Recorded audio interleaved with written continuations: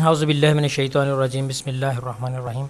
Assalamualaikum dear students. I would like to welcome you all to the course of Design and Analysis of Algorithm. Dear student, आज के lecture में हमने assembly line scheduling problem जो है इसे discuss करना है। तो हमारा जो टॉपिक चल रहा था वो है डायनामिक प्रोग्रामिंग। तो डायनामिक प्रोग्रामिंग में हम असेंबली लाइन स्केजुलिंग प्रॉब्लम से इस डायनामिक प्रोग्रामिंग के कॉन्सेप्ट को जो है वो समझने की कोशिश करते हैं। तो ये सिंपल सी एग्जांपल है।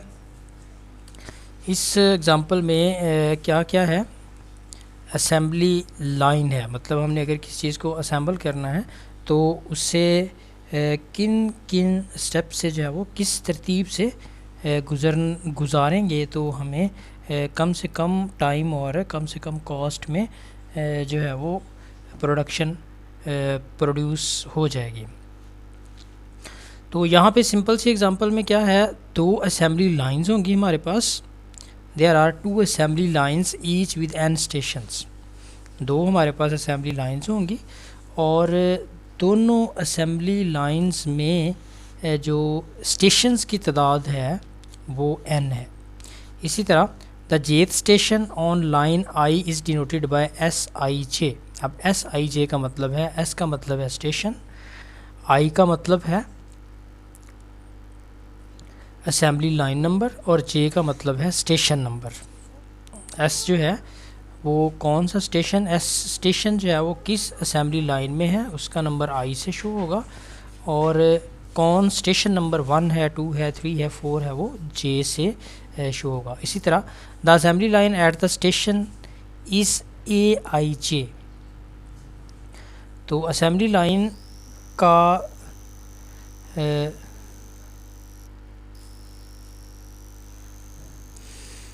और AIJ जो है वो असेंबली लाइन जो असेंबली लाइन 1 में J स्टेशन है, मतलब जो S स्टेशन है उस पे आने वाली कॉस्ट, आने वाला टाइम जो है वो AIJ से रिप्रेजेंट किया जाता है।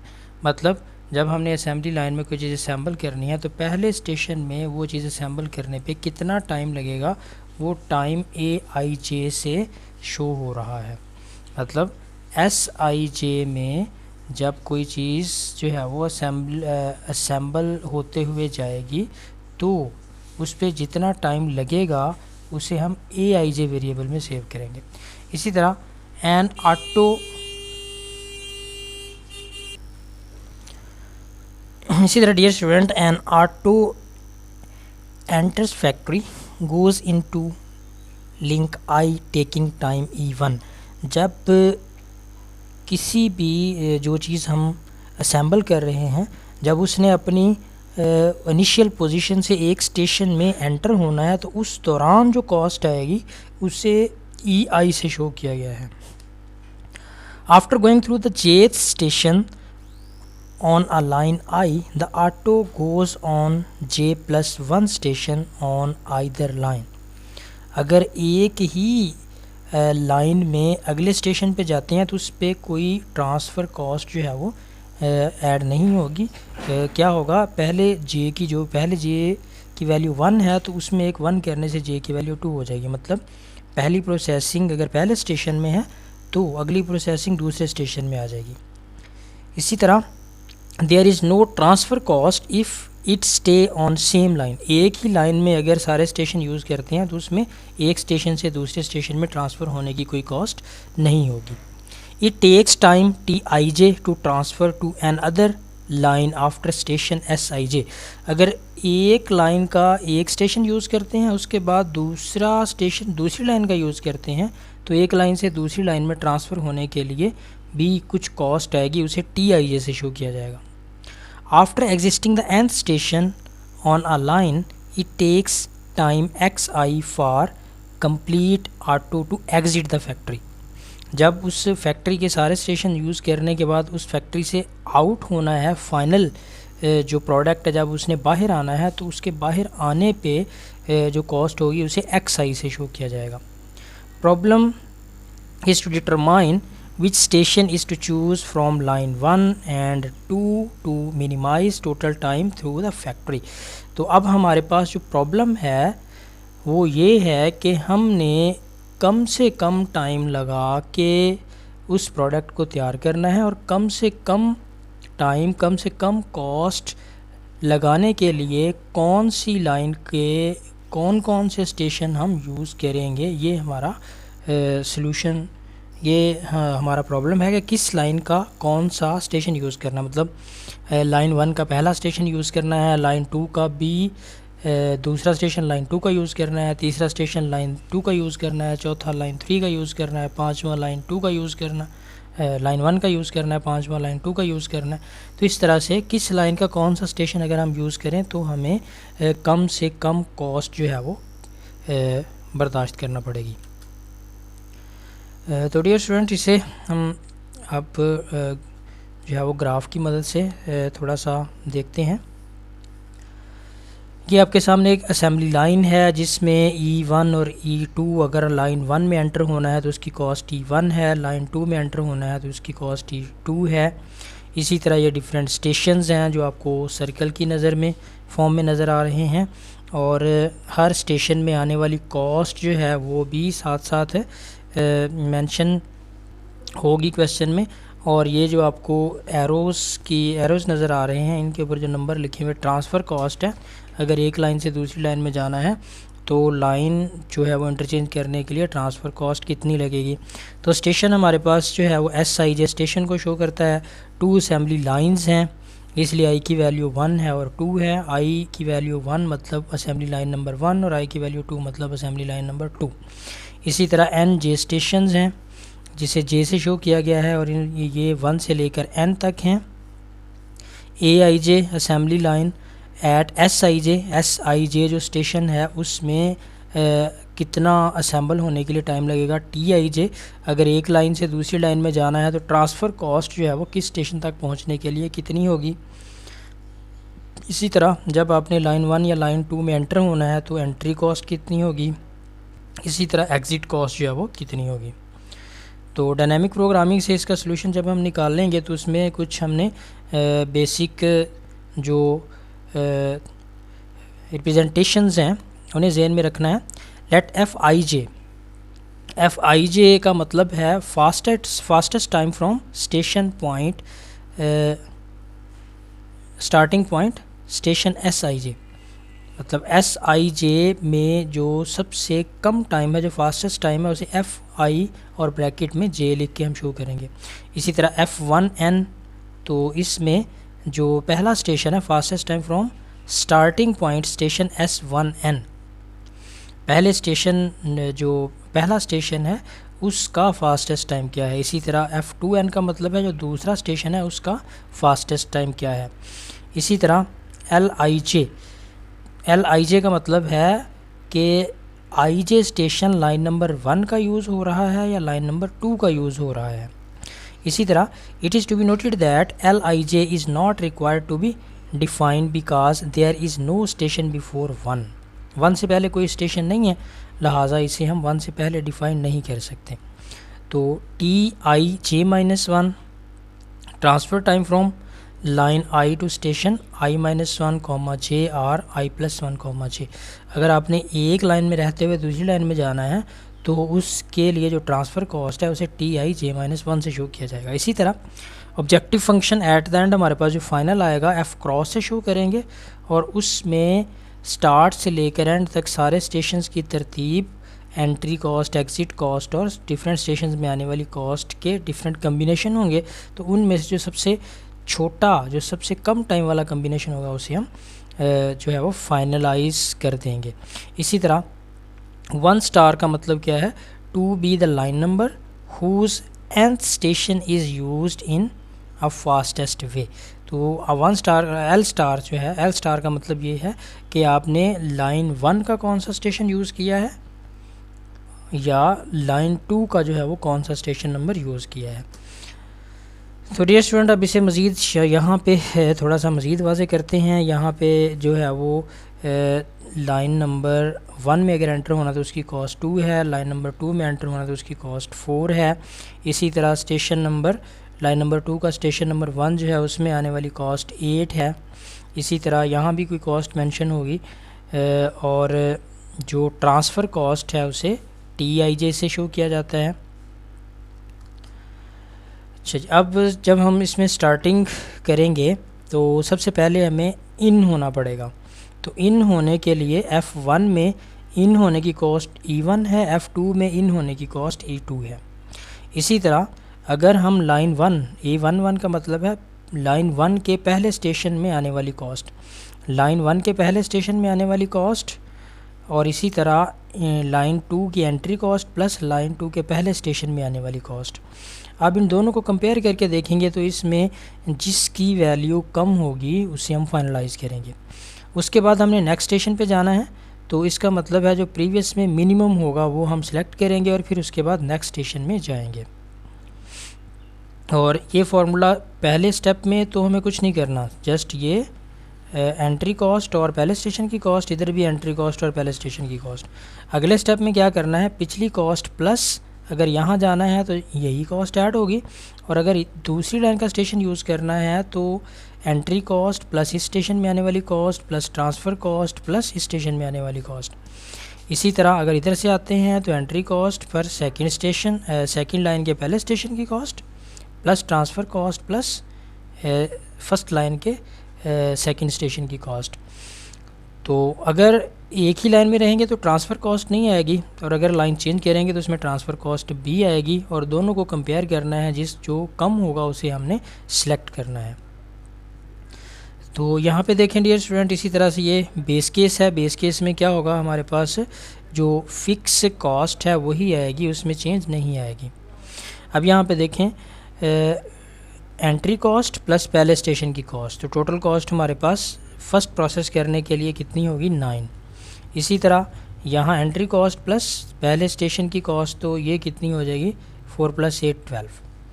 अब इन दोनों में हमने चेक करना है मिनिमम कौन सा है। यहाँ पे वही फार्मूला मेंशन है, जो ही हम जे की वैल्यू 2 करेंगे मतलब हम दूसरे स्टेशन पे हैं, यहाँ भी दूसरे स्टेशन में है।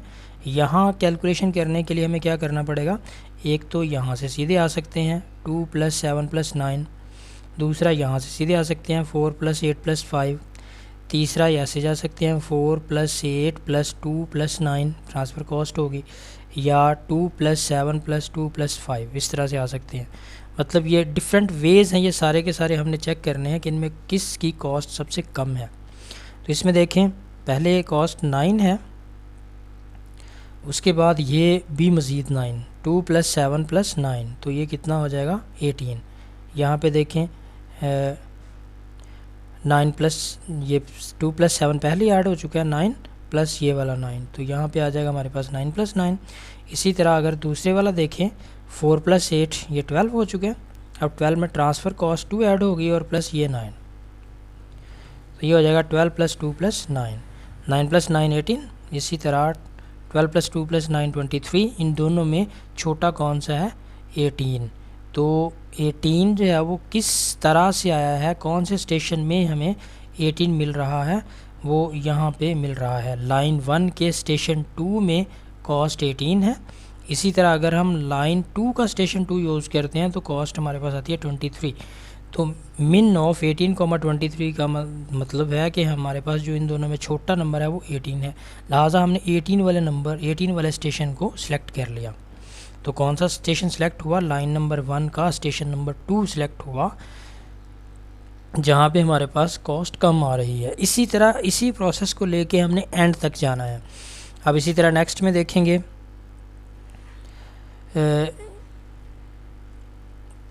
इस स्टेशन पे अगर हम आते हैं तो इसके लिए क्या करना पड़ेगा, प्रीवियस कॉस्ट 2 + 7 + 9 + 3, और इधर से 4 + 8 + 2 + 9 + 6, इस तरह से कर सकते हैं। इसी तरह 4 + 8 + 5 + 6 ऐसे भी कर सकते हैं। इसी तरह 2 + 7 + 2 + 5 + 6 भी कर सकते हैं। तो ये सारे कम्बिनेशन जो हैं वो यहाँ पे हमने चेक किए। 12 प्लस ये प्रीवियस कैलकुलेट हो चुका है हमारे पास, जस्ट उसमें हमने नेक्स्ट ऐड करना है। तो प्रीवियस में हमारे पास एक 9 था, दूसरा 12 था, तो इसी तरह 9 +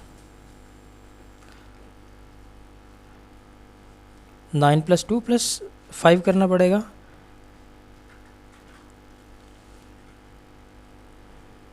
इसी तरह 12+5 करना पड़ेगा, क्योंकि 9 और 12 हमारे पास ऑलरेडी हैं, और इसमें नेक्स्ट स्टेशन की कॉस्ट और next station plus transfer cost हमें यूज़ करनी है।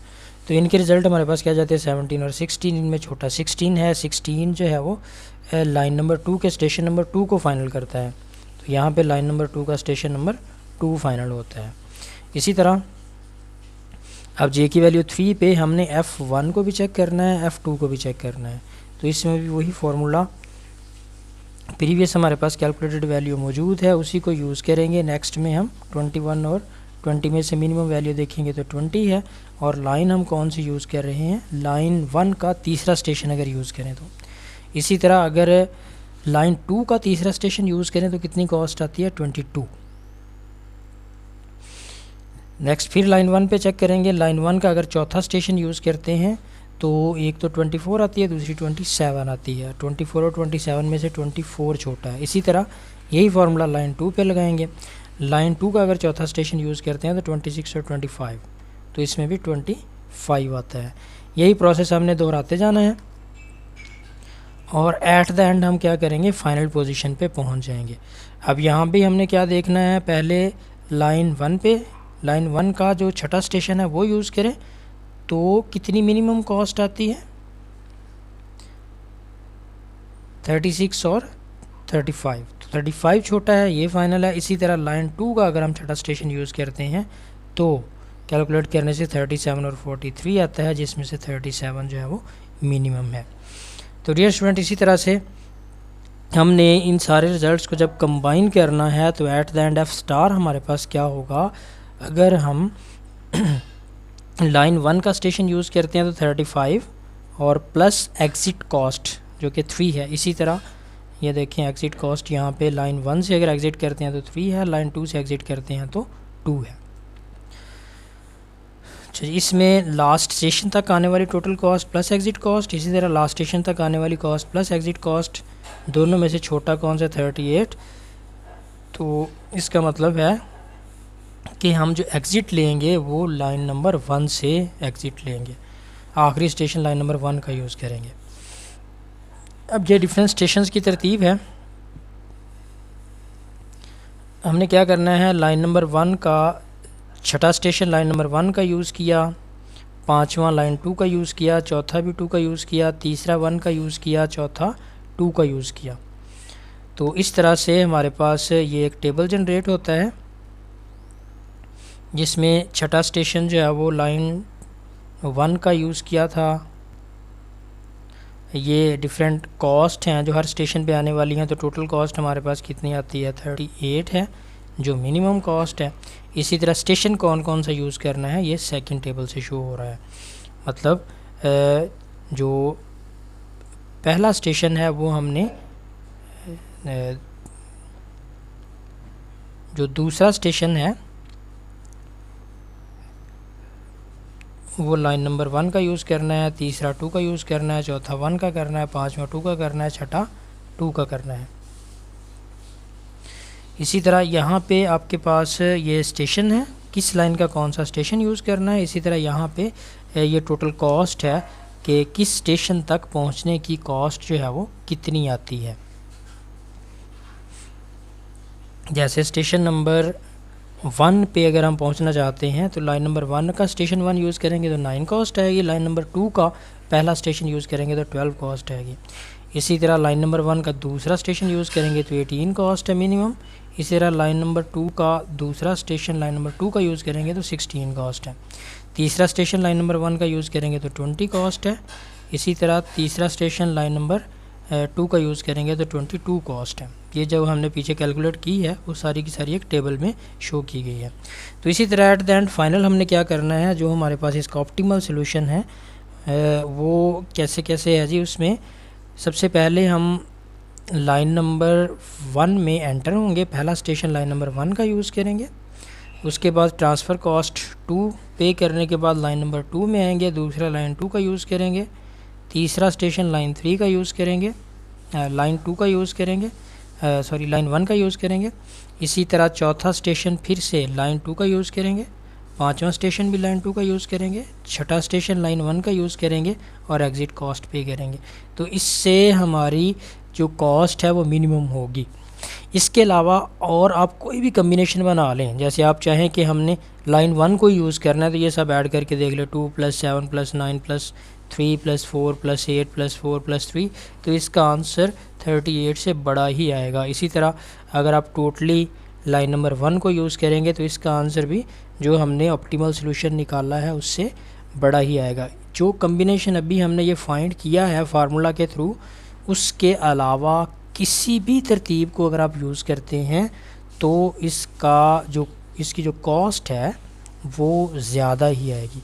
तो ये फार्मूला था मिनिमम कॉस्ट निकालने का। इसी तरह और भी बहुत सारे प्रॉब्लम्स हो सकते हैं जिसमें आपके पास एक से ज़्यादा जो है वो ऑप्शंस होंगी और उनमें से बेस्ट ऑप्शन को ढूंढना जो है वो हमारे पास ऑप्टिमल सॉल्यूशन कहलाएगा। और उसको से ढूंढने के लिए हमें क्या करना पड़ेगा, डायनामिक प्रोग्रामिंग का प्रोसेस करना पड़ेगा। तो इसे अगर हम कोड करें प्रोग्रामिंग लैंग्वेज में, अगर हम इसे कोड करते हैं तो उसके लिए ये इसका एक एल्गोरिथम बनता है। इस एल्गोरिथम को आपने अच्छी तरह से ज़हन नशीन कर लेना है। इसमें भी वही कुछ है, सबसे पहले एंट्री कॉस्ट प्लस पहले स्टेशन की कॉस्ट, F2 जो है वो एंट्री कॉस्ट प्लस दूसरे स्टेशन की कॉस्ट। उसके बाद फॉर J2 2 to n, जे का मतलब है दूसरे स्टेशन से ऑनवर्ड अब इसने लूप में जाना है, तो दूसरे स्टेशन पे पहले चेक करेगा, फिर तीसरे पे चेक करेगा, फिर चौथे पे करेगा और जे की वैल्यू जो है वो साथ साथ बढ़ती जाएगी। और उनमें क्या होगा, जो मिनिमम होगा उससे सिलेक्ट करता जाएगा, बाकी को रिजेक्ट करता जाएगा। अगर ये मिनिमम है तो इसको सेव कर लेगा, ये मिनिमम है तो इसको सेव कर लेगा। एट द एंड जो है वो उन्हें कंपेयर करेगा और फाइनलाइज बता देगा कि मिनिमम कॉस्ट हमारे पास इतनी है, क्योंकि हर स्टेप में उसने चेक करते जाना है कि मिनिमम कॉस्ट जो है वो कितनी आती है। इस तरह जो कॉस्ट होंगी उन्हें सेव करके एंड पे फाइनल कंपैरिजन क्या करेगा, एग्ज़िट कॉस्ट उसमें ऐड करेगा और एग्ज़िट कॉस्ट के बाद जो है वो बता देगा कि किस लाइन का कौन सा स्टेशन यूज़ करना है और उस पे आने वाली कॉस्ट जो है वो कितनी होगी। अब इसमें स्टेशंस की तादाद जो है वो, अगर हम इसे सिंपली देखें, स्टेशंस की तादाद जो है वो 1 से लेकर n तक है। आई जो है वो L को शो कर रहा है, मतलब लाइन नंबर 1 है या लाइन नंबर 2 है, वो प्रिंट करेगा। ये वाला कोड का पीस जो है ये बताएगा कि कौन सी लाइन यूज़ करनी है, किस लाइन का कौन सा स्टेशन यूज़ करना है। तो इसकी आउटपुट में हमें ये मिलेगा, लाइन नंबर 1 का स्टेशन 6 जो है लाइन नंबर 1 का, 5 2 का, 4 2 का, 3 1 का, 2 1 का और 1 लाइन नंबर 1 का। तो इससे क्या होगा, ये आउटपुट में शो कर देगा कि इस लाइन का ये वाला स्टेशन यूज़ करें तो इससे कॉस्ट जो है वो मिनिमम आएगी। तो डियर स्टूडेंट, इसके साथ ही ये हमारा डायनामिक प्रोग्रामिंग का जो टॉपिक है ये ख़त्म होता है। इसे आपने अच्छी तरह से रीड करना है, इसमें कहीं भी किसी किस्म का कोई प्रॉब्लम आता है तो उसे आपने डिस्कस कर लेना है। और इसी तरह का एक और छोटा सा एग्ज़ाम्पल भी आप लोगों से जो है वो सॉल्व कराया जाएगा, जिसमें स्टेशन की तादाद जो है वो थोड़ी कम रखी जाएगी और आप लोगों ने उसका जो है वो ऑप्टिमल सॉल्यूशन फाइंड करना होगा। तो बाकी इंशाल्लाह नेक्स्ट टॉपिक नेक्स्ट लेक्चर में डिस्कस करेंगे। तब तक के लिए अल्लाह हाफिज़।